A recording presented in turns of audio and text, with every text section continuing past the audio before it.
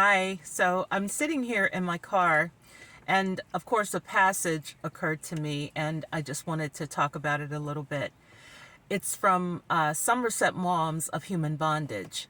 Now, Philip, he lived with his uncle. He was an orphan, but he was adopted by his father's brother, and his father's brother is a vicar.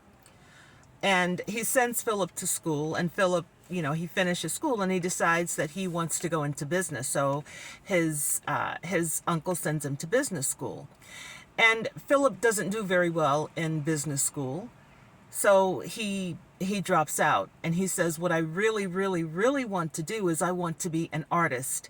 And his uncle basically tells him, you can't make a living being an artist, so you have to choose something else. So he was adamant that he wanted to be an artist, and he wanted to go to Paris. So he's living in London, but he wants to go to Paris because he wants to study art, and that's the place to go if you want to study art. So his uncle didn't really like it, but finally he relented and he gave him the money to go.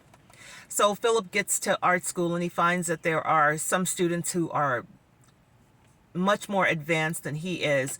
And at some point, after a while, he begins to question whether he can really become an artist. And he decides that he doesn't want to just be a mediocre artist, but that's all the talent that he could muster. So he decides that art school isn't for him either. And then he goes back to the vicarage with a second failure under his belt. And he tells the vicar, I don't want to be in art school anymore. I want to go to medical school. So the uncle is exasperated, and he just, he says, you went to art school and you wasted time. And what did you learn there? Why did you waste your time? And Philip replies with something that is on my mind today. And he says, I wrote the passage down. He says, so the uncle asked him, he says, what did you learn? Why did you waste your time? What was the whole point of it? What did you learn there? And he said, I learned to look at hands, which I'd never looked at before. And instead of just looking at houses and trees, I learned to look at them against the sky. And I also learned that shadows are not black, but colored.